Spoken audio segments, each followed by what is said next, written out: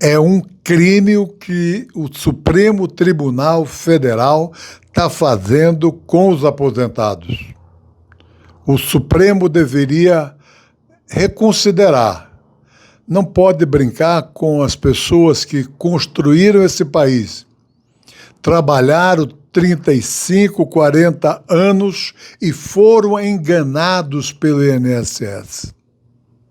Os aposentados foram ludibriados pelo INSS. Não tenho nenhuma dúvida disso.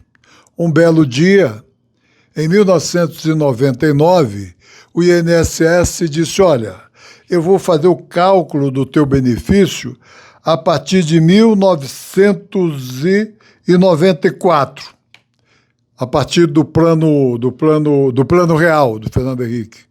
A partir daí para cá, tudo bem, eu vou tirar a média. E aí descartou toda a contribuição passada.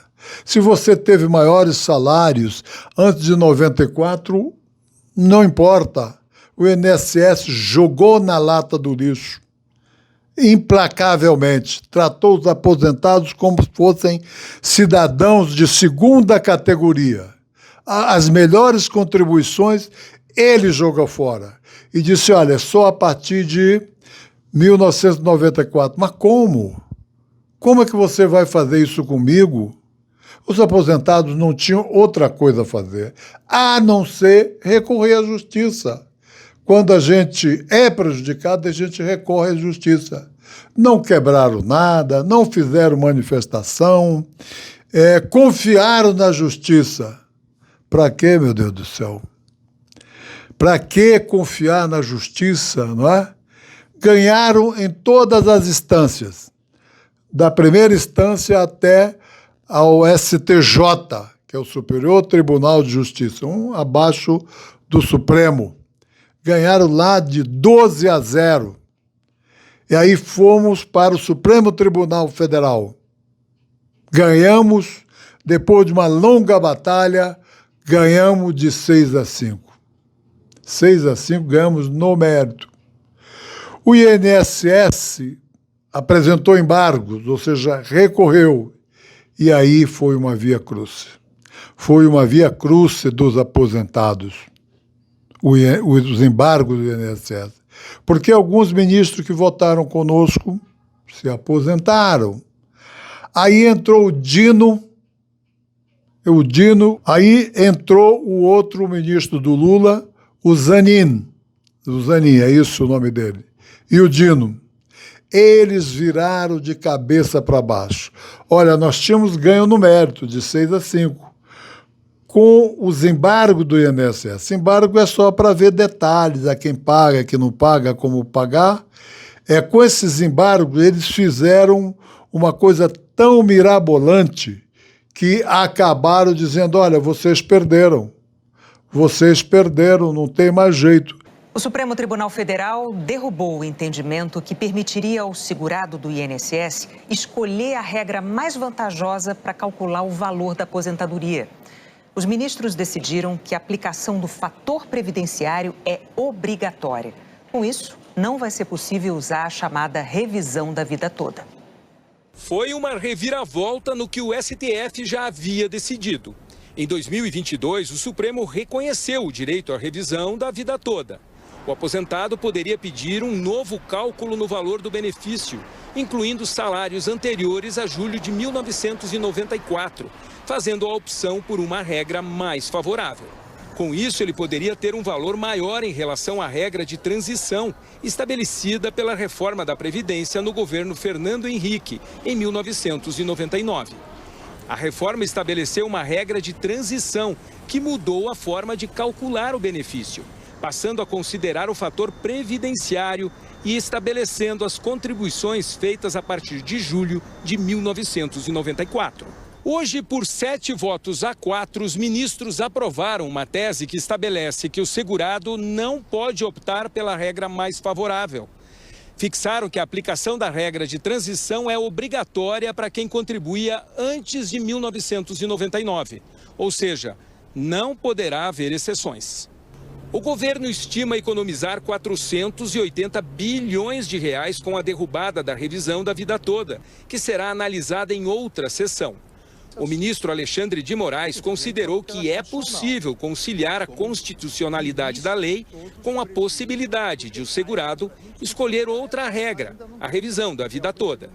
Existem 3.045.065 aposentadorias por tempo de contribuição ativas desde 2009. Essa é a previsão do INSS, que em torno de metade, exatamente a metade mais baixa, iria pedir a revisão. Em que pese os argumentos econômicos, aqui parece que é um ferimento gravíssimo ao direito de igualdade e à preservação da segurança jurídica, e o que se pretende é tão somente que se realize opção. Ele foi seguido por Edson Fachin, André Mendonça e Carmen Lúcia. O ministro Cristiano Zanin abriu divergência, entendeu que a regra tem que ser obrigatória. A declaração da constitucionalidade do artigo 3º da Lei 9876 de 99 impõe que o dispositivo legal seja observado de forma cogente pelos demais órgãos do Poder Judiciário e pela administração pública, em sua interpretação literal, que não permite exceção. O segurado do INSS que se enquadre no dispositivo não pode optar pela regra definitiva, independentemente de lhe ser mais favorável. Foi seguido pelos ministros Flávio Dino, Luiz Fux, Dias Toffoli, Gilmar Mendes, Luiz Roberto Barroso e Nunes Marques. Pode isso, pessoal? Isso eu não perdoo. Há alguns crimes que a gente não pode perdoar, que a gente não pode esquecer. Eu considero isso um crime que foi feito. Por quê? Porque nós confiamos na justiça. Então, quando o STJ e o Supremo disse, olha, é de vocês, vocês ganharam, quem acreditou nisso foi para a justiça. Aí eles mudaram de entendimento, disseram, não, com os recursos do INSS, aí eles mudaram de entendimento. Pode mudar a corte de entendimento?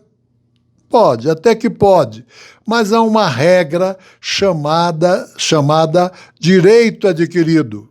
Quando o Supremo muda de entendimento, quem está para trás, quem está no antigo entendimento tem direito adquirido. Foi assim com os bandidos. O Congresso proibiu a saidinha, não foi? Proibiu a saidinha. Mas quem já estava preso continuou se utilizando da saidinha porque é direito adquirido. Só quem foi preso daqui para frente, condenado daqui para frente, é que não tem a saidinha, mas para trás tem a saidinha. Se dá para você entender isso, hein? Nós vivemos num país em que os criminosos têm direito adquirido e o velhinho, a velhinha, o pensionista, a viúva, trabalhou a vida toda, eles pisam em cima do direito adquirido das pessoas, não dão a menor importância para o direito adquirido. Isso é uma violência que não tem tamanho. Eles falam em tudo quanto é coisa, brigam entre si, estão na sucessão presidencial e se esqueceram do aposentado. Mas eu não esqueci, eu vou ficar cobrando, eu espero que você me ajude a cobrar. E tem outra coisa muito grave. Isso traz para o país a chamada insegurança jurídica. O que é a insegurança jurídica? É você não saber como é que como é que a justiça vai interpretar determinada lei. Existe a lei, existe a interpretação. Toda hora muda a interpretação, toda hora muda a interpretação política, a interpretação para aposentados. Uma hora ganha, outra hora perde, isso não dá, um muda de opinião. O juiz pode mudar de opinião, mas algumas vezes eu desconfio. Com certas mudanças de opinião, o ministro Fachin, que tem um passado bonito, limpo, ele sempre votou conosco, mas agora aconteceu algo que é inexplicável. Ele pediu destaque Destaque significa votar presencialmente. Não é a votação online, a votação que você vota de casa, deposita o voto, o ministro deposita o voto, virtual chamada e acabou. Não, é a votação presencial. Ele pediu destaque. Foi uma grande esperança, porque nós ganhamos tempo, nós íamos então para a batalha pelos nossos direitos. Eis que o ministro Gilmar vai para cima dele. Vai para cima dele, diz que ele não sabe perder. Ele, como presidente do Supremo Tribunal Federal, ele é fraco. Ele usou as piores palavras contra o ministro num café lá dentro do Supremo, onde só o ministro do tribunal entra, foi em cima do homem. Será que o homem ficou amedrontado, hein? A pressão da República. Não, eu digo pressão da República, porque houve pressão tanto desse governo quanto do governo passado para não pagar aquilo que era dos aposentados, aquilo que é nosso, que você já pagou. Dos dois governos houve pressão. Eu bati muito no Bolsonaro por causa disso. E bato agora no Lula por causa disso. E bato mais agora no Lula porque ele é o governante. Ele pode sim pagar a revisão da vida toda. Ele disse que custava 480 bilhões. Mentira! Mentira! Não custa 3 bilhões em 10 anos. Isso é nada. Isso é nada diante dos penduricalhos, diante dos salários exorbitantes da cúpula de todos os poderes que tem aí. É nada, é nada. Mas para o velhinho, para o aposentado, é muita coisa, 100 mil reais, 200 mil reais, porque ele tem direito ao retroativo, na verdade, ele tem direito que receber esse retroativo. Para a República não é nada, mas eles não pagam. Eles não pagam. Então, pessoal, a revisão da vida toda está tendo grande repercussão, está saindo nos jornais, porque você está ajudando, porque você está compartilhando, porque você está dando joinha e porque nós, um montão de gente, estamos aí nas redes sociais, não largamos a bandeira, não jogamos a toalha. Enquanto houver oxigênio, enquanto houver possibilidade jurídica, e ontem o doutor Murilo deixou bem claro, tem possibilidade jurídica. Enquanto houver possibilidade jurídica, nós vamos estar aí batendo. E quando não der mais no tribunal, nós vamos para a Câmara Federal, que lá está o projeto do Paulo Pereira da Silva, e nós vamos fazer com que esse projeto comece a andar da maior maneira possível, o mais rápido possível. Eu peço que você compartilhe esse vídeo, que você não baixe a cabeça, que esses desafios façam você crescer, façam você se agigantar na defesa da revisão da vida toda. Deus no comando.